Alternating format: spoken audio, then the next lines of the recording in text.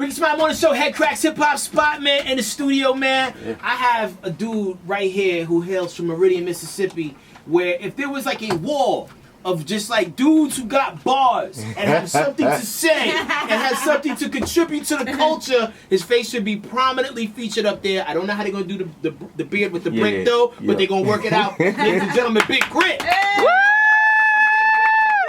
Thank you, I appreciate that. Word, I tell people all the time, like, you know, for people who don't know who Big Krit is, if they was like to go to any particular record, I have my personal favorite. No doubt. But what is the joint that you feel like is the best introduction to who you are? Good Lord, boy, so many records. I would say, man, it would be between the Vent and country shit. I would say it would be between them two. Because it just show you the difference in how I can tap into both what I've been going through in life and even turning up at the same time, but even those having a certain warmth and southern grit to them and soul to them that you really can't get right now. Word, ain't very true there. But I feel like, you know, your lyrical spiking of the ball. Not lyrical spiking of the ball. This dude spiked the ball. Right. On a record called Mount Olympus. Yeah. I know. I was explaining to Brad a little while ago. I was like, imagine anybody who was like writing a rap while listening to it probably just do it like, you know what? Even if it was good, he said you just drop the pen and be like, that's all right. Man. I don't want to do it. Mount Olympus was one of those records, man, where I think a lot of people, I always took the humble route when it comes to certain things, and it's just that I had a certain amount of frustration with that record, and there's no way I could have been humble about that at all. That's what's up. Word, let me adjust your mic just a little bit. Yeah, there we go, like that. Cool. So, you're going to be rocking in one of the biggest music festivals to hit Atlanta in quite some time, man. The One Music Fest. I mean, and it's a hell of a lineup, man. Oh, it's crazy. You got Miss Lauryn Hill. I can't wait You got to see the that. Roots. Yep. You got Wale, Ghostface Killer, and Raekwon. Oh, yeah. So it tells me some cute little links is going to be going down. Yeah, Scarface is going to be MJG. Yeah. Ain't Janelle Monáe and Janelle on there too? But of course. Yeah. Oh, man. It's a lot going on. It is. That's a great show to be on. How you feeling about that? I mean, I'm excited, man, just to be not only the camaraderie, but normally I don't get the opportunity to see other artists perform when we do shows. Like you do a show and you out. Right. But the festival vibe, as soon as you get off stage, you can just chill. You can hang around. You can be a fan, you know what I'm saying? So yeah. I'm excited to definitely see Lauryn Hill perform because that'll be my first time. And then also to see just the energy because there's going to be a lot of people that you know, might not be familiar with my music at all. Right. So I get to win over new fans and it's never a problem, you know. And the dope thing, man, for like anybody who's never seen Big Krit perform live, I had the privilege of checking you out A3C. Oh, yeah. About 2-3 years ago. Wow, behind Masquerade, when he was still doing everything in one building. Yeah. Right. Yo, this brother right here ripped his record Country Shit. Yeah. And like it was just like a sea of people. Just like, you know what I'm just saying, like one hand up in the air He got bouncing. that cult following. Oh yeah, but the crazy thing is it's even crazier now though with the energy. I definitely weighed probably 30 pounds less than when you saw me, so it's easy to jump around. My knees don't hurt as bad, you know what I'm saying? Right. So it's kinda like one of the situations where we get on stage and we go even harder, and I got way more records since then. So we talking about an hour and 15 minutes of energy normally. Right. Word. Yeah. That's great. Like out of all your joints, man, what's the one that like gives you the most pleasure to perform live, just to see the people's reaction? What do you look forward to in your set? Well, since you said Mount Olympus and the Vent are the two records I think where it's like Mount Olympus is straight energy. Then when it gets to the second verse and we really just take the beat away and then I kind of go and then people get to see that I really am capable of doing that whole second verse without stopping. Because most people get in the studio and you punch it in and you chop it like, nah, like I can do that whole second verse without stopping. And then the Vent is just so emotional. And it's one of those records that touch people. And I dropped that record in 2000 and I would say 11, and it still got the same response. That's amazing. Yeah. Like, there's nothing better than like, you know, having, you know, it's cool to have songs that make people dance and want to party and have fun, but like those records that connect with people, I can't even remember what it was. I remember like I had a bootleg Comcast cable hookup, so I had MTV Jam, so I was able to see videos because you know MTV shows movies. You know what I'm saying? So, but like I caught a joint of yours. I guess it's like right as you just signed a Def Jam, and it was just like it was my first introduction to you as an artist, man. Was it the video? Did you make a video? It might have been Dreaming. Was it Dreaming when I was like... You was in the crib, and they talk about how you don't want to be, like, you don't want to be... Oh, that was Children of the World. Yeah, Children of the World, dog. Yeah, man. Woo. That was... Yeah, we shot that in my hometown, in a hotel room. Most of the people you see in that video, that's my dad, for real. Some of my partners and all that you actually see in that video. That was on the spur of the moment. Shout out to Creative Control, because it was like, yo, let's shoot a video right now. Word. And it turned out like that, man. And here's the cool thing. Like, you know, you're one of those artists who have the people's ear. Yeah. I would imagine you want the radio play because everybody does. Yeah, I mean, you want to spread the word always. But you're one of those few guys who like people know about you and don't really 100% have to have radio play every time, but you have something. So you contribute so much politically, like on the grid, off the grid, like. What do you feel about like just I guess like the current state of like what's going on with like community and police relations? Man.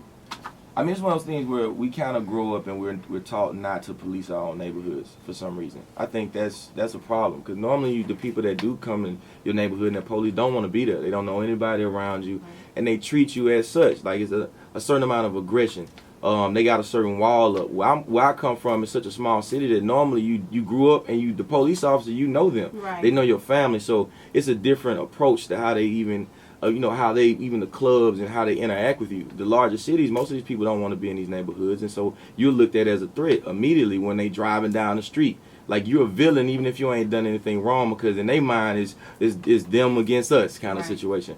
I mean, it's just sad that you look at how long or what we've been seeing on television or what we've been seeing people recording, but it's been going on like that way before social networking was popping. It's just nowadays you can't hide because somebody is gonna film that because that's our weapon now. Like, hey man, you ain't gonna get away with this, right? And it's a beautiful thing that people are starting to stand up in that nature and people are starting to kind of come together and we ain't gonna take it no more. But it's also on our government to start recognizing that you putting people in positions with guns and power that might not be mentally the right people to even have that power, and they itching to shoot and kill somebody.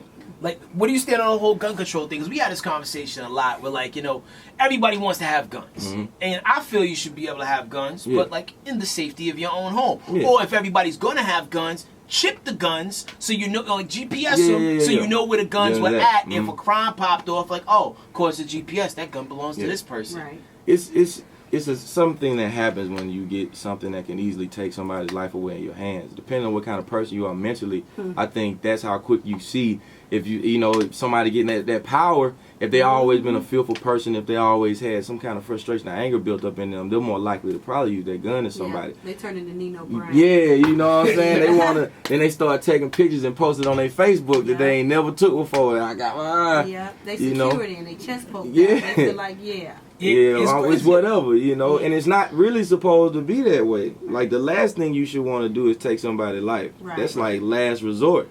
But it seems like it's so crazy, like how rappers are so more blatant. Like, back in the 90s, cats was rapping about a lot of things they really weren't doing. Right. Now in like 2015, 2016, rappers are actually doing the things they're rapping about almost to a fault. Like there was a rapper who passed away over the course of the weekend who I wasn't really super up on, so I was just like, kind of doing the knowledge, going on his Instagram. Dude had a gun in like 80% of his pictures, and it's just like, and had records about killing people from like rival gangs and like that, all that stuff eventually caught up to him, and it's just like, where's the discretion? But we got to think about how we feed into that because shock value sells. So you think about somebody that wants to be known and that they don't really, their music might not be good, it might not be the kind of quality, but the lifestyle they live, you more attracted to. So they're gonna go harder with their lifestyle. They're gonna show you more of their lifestyle. If that's what attracts you, then the music comes second.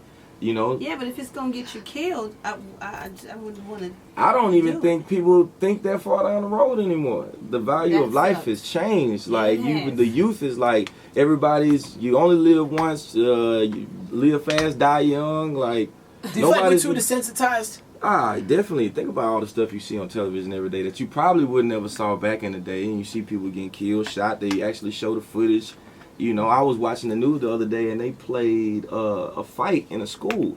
And I was thinking to myself, like, why would the news be playing a fight in a school? Like, we all went to school, there was fights happening, but nowadays it's like... You see the full thing. Yeah, and they want you, like, this is the news today, a fight broke out in the school. And I'm like, this shouldn't be on television. Because there's some kids like, man, I'm going to get on the news today because I'm going to pop it off and we're going to film this. Right. Yeah. Hey man, 15 minutes of fame is now to the max. People want it, and they'll do whatever to get it. Like, what's the craziest thing you've personally seen on the internet?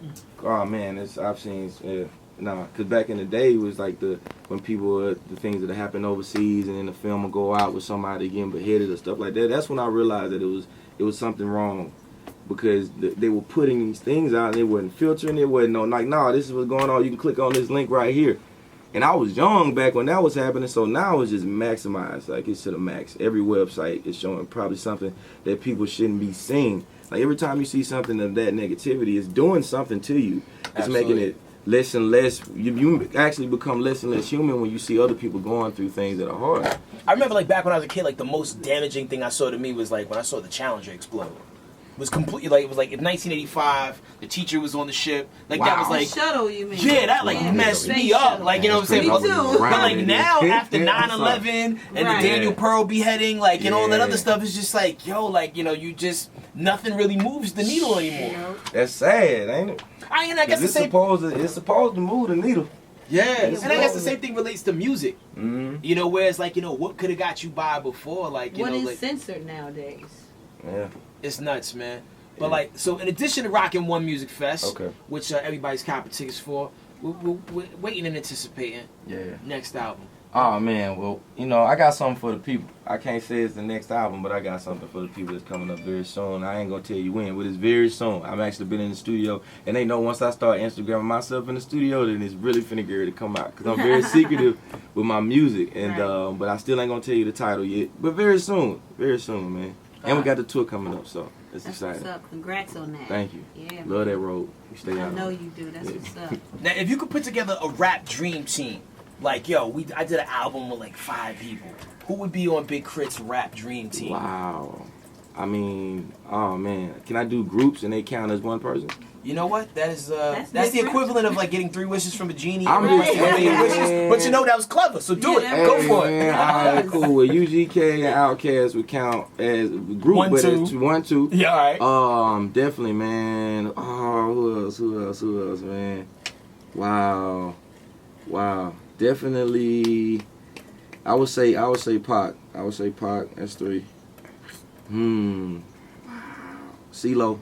Okay. I need CeeLo because he's gonna do a lot of singing on that.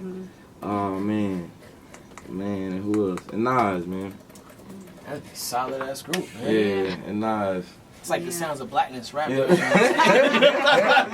That's hella major. Oh, yeah. Now, if you could bring back one deceased rapper. Come on, bro. You just said Pac. Well, I don't know. Well, I mean, but what kind of? Just one. You get only one choice. Like, you know what I'm saying? Like, who's gonna make the most impact? If for me? Yeah. Well, I would bring back Pimp.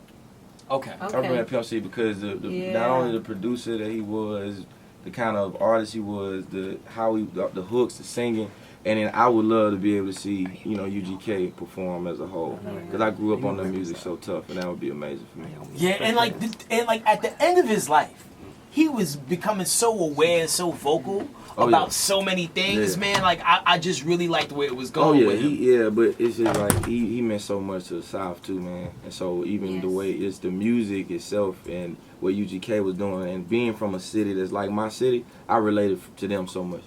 Word. Mm-hmm. Now, I was reading an article recently about how a lot of people are giving Macklemore a lot of backlash because, you know, like, oh, you culture vulture, you know, you only put Melly Mel and it was Melly Mel, Kumo D, and Grandmaster Caz on that Downtown song just because you're trying to leech off the culture. But, like, you know, a lot of people see it for like, yo, why did it take this white dude to reach back out and pull up the OGs? Yeah. Like, why didn't Rick Ross step up and do it first? Jay-Z, Nas, any of these? Well, Nas kind of did it on that Where Are They Now record. Yeah. But, you know, like, what's your whole take on that? Like, is there anybody, like, you know, who inspired you or, like, one of the pioneers from hip-hop that you would see yourself working with?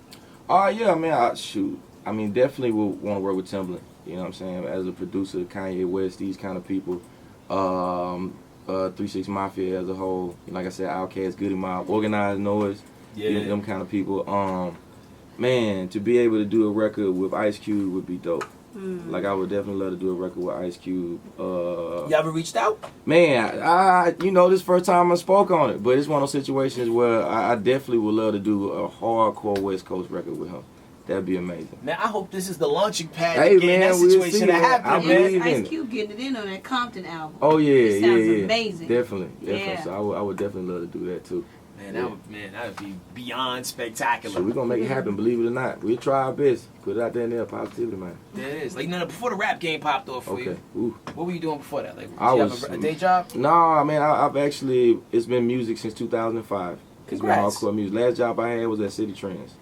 Fashion for Less? On the clothes, man. That was my spot, son. Hey, man, I hated that place. They had all the good stuff, yo. They did, but good Lord, boy. trying to fold them clothes up every night. Oh, You still got the fold? Nah, hell no. I never had to fold back then. Oh, well. I was probably the reason why you coming in like, man, why it look like this? Because I was like, man, something that wasn't going. If it fall off the rack, it fall off the rack. Right. Because I was not trying to be there. Then I had a song on the radio while I was working there.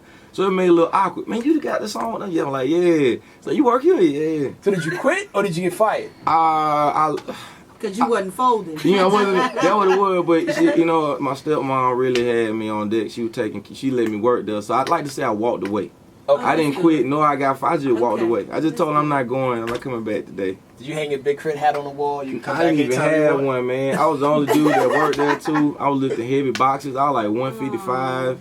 I was doing way too much for what I was getting paid for. Oh, at least you walked away and you walked into something lovely. Something even better. You know what I'm saying? 7 years later. It's a blessing, baby. No doubt. That's amazing, man. Well, cool. Before we go, we're going to blaze through this lightning round. All right? Big Krit, if you could be one superhero or have a superhero's powers, what would that power be? Man, I read people's minds, man.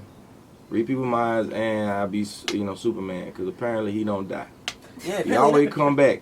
I like that. I'm like, even when the kryptonite really don't even kill him like that. Nah, you know what that always made me mad about Superman? Like, he could just stare in your face and burn you to death. How come he never do that? Because he uses heat rays. It's too easy. That's too easy, man. It's not a challenge. Do you see the last Superman movie? Nah, I haven't. Yeah, I did see it because they got the new one coming out right now, Ben Affleck. How pissed off were you at the end where like, yo, all he had to do was snap that nigga neck? And like, you know, do you realize how many people died and all you had to do was snap his neck? Like, he trying to, hold it back. He's trying not to be violent, man. He had the gun. He don't want to do it, but now he had murder. He had to make it happen. Yeah, his life changed all of a sudden. Now. Okay. Hip hop is so macho that people never admit to being cool with other rappers. And this is not a pause-worthy question, but what rapper in the game's house would you feel comfortable spending the night over? Not in that way. Like, yo, this is my homie, man. We was on that Xbox for a long time, and I passed out. Yeah. I'm not going home, man. Who's your rap homie? Man, David Banner, Ludacris, Bun B.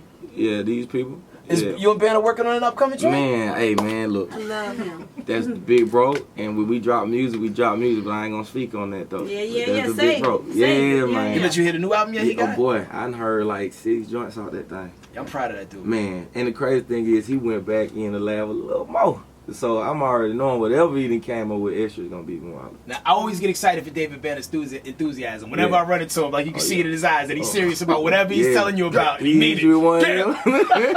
With the hard handshake too, boy. Straight up. What's the song that you listen to that makes you cry? Liberation and Change Gonna Come, Sam Cooke. Yeah, that's just a sad record. Yeah. It ain't even so much as sad. It's just one of those records where it evokes emotion where you have to remember whatever you was going through back in the day. And it also reminds you of how blessed you are now. That's why it always resonates with people the same way. It's timeless. That's what that is. It was so well placed in the Malcolm X movie man, that when I see it, it's like, yeah, man. Like, it reminds you of that. Don't go to that meeting, man. Don't go. And don't go. Something bad gonna happen. Don't go. Doubt. But yo, man, Big Krit, we're so proud of you over here, man. Thank you. I can't wait to see this next level that you're going to elevate. You taking it, though? Dude, you're taking it there. You're going there. You're in your Cadillac. Oh, always. Space Cadillac. Yeah, man. And a Monte Carlo 1986. I just got that thing back. Shout out to Dutch, man. Make sure it came through on time, shout You can see my brother, man, at the One Music Festival. Tickets are on sale now at onemusicfest.com. It's going down September 12th, 2015. And if you missed that, because you just got out of jail and just now seeing this interview, Lord. you better go on iTunes, Spotify. Oh, man. Get familiar with my man, Big Krit. No doubt. BigKrit.com. We're going to have all the footage from there anyway. It's going down. There it is. Yeah. Big Krit, y'all. Woo! That was up, man. Thank you, bro. Man.